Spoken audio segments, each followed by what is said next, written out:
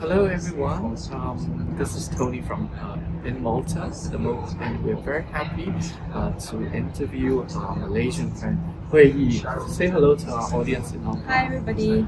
So we're going to ask you a few questions as a young lawyer. So the first question would be about what specific challenges do these technological advancements pose to traditional legal practice? What's your view on that? I think definitely robots or AIs, they work faster than human beings, and I think they can work more tirelessly than human beings. So I think that's the challenge that we have at the moment. Of course, at this stage, they are probably not as developed as we want it to be, because a lot of the generative AI, they still need to be fed with data, and that's something that human beings still need to do. They still need us human beings to do verification. Yeah, so lawyers still have a role to play. Yeah.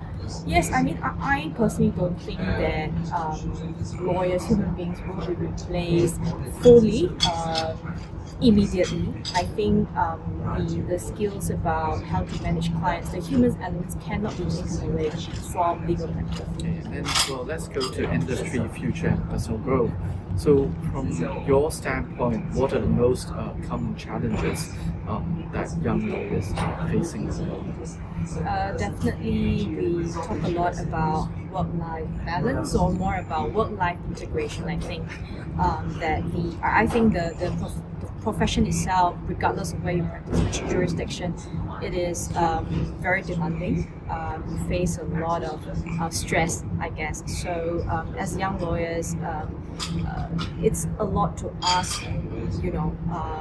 What you do in your personal life, how do you balance that with the work, and what to prioritize. Of course, we know many of us want to put in the hours, but the problem is how much is enough? How much should I go further? And what do I prioritize? Because at different stage of life, at some point, there are people who want to say prioritize their personal life, and then what is at stake? What do you trade in with? So I think, to me, that's the biggest challenge that young lawyers face. And I understand that you're a young partner, and how do you cope with all these stress and past expectation, and also maybe your personal life? How do you strike a balance?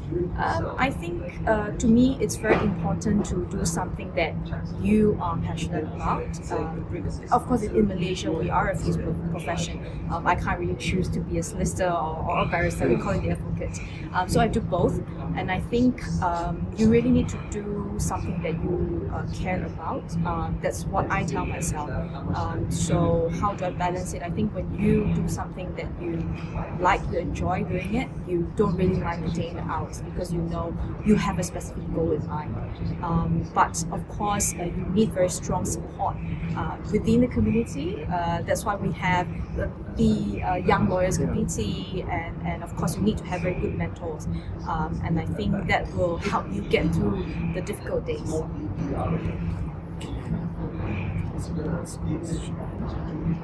Okay, then we'll go to the last question. It's about cultural and geographical influences.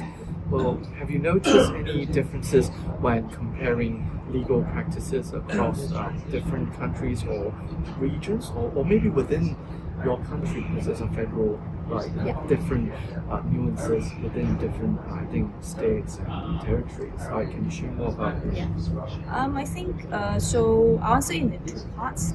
Within Malaysia, I think the difference, probably, I practice in Kuala Lumpur, the capital. So 90% of the lawyers are there.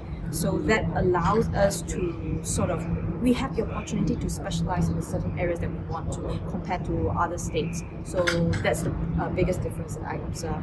In terms of regional difference, say, probably if I compare with Hong Kong, surely, like I said, because we are a fierce profession, so I think the skills that you need as a young applicant solicitor probably is quite different from what it's like in Hong Kong as a young solicitor or young barrister, because I definitely can't imagine as young barrister when you finish your pupillage, you are like on your own. How do you even get the briefs? I think that's something that I'm quite curious to find out. I think in Malaysia, most of us, many of us will still choose to stay in a firm, and that probably takes some of the burden off from us.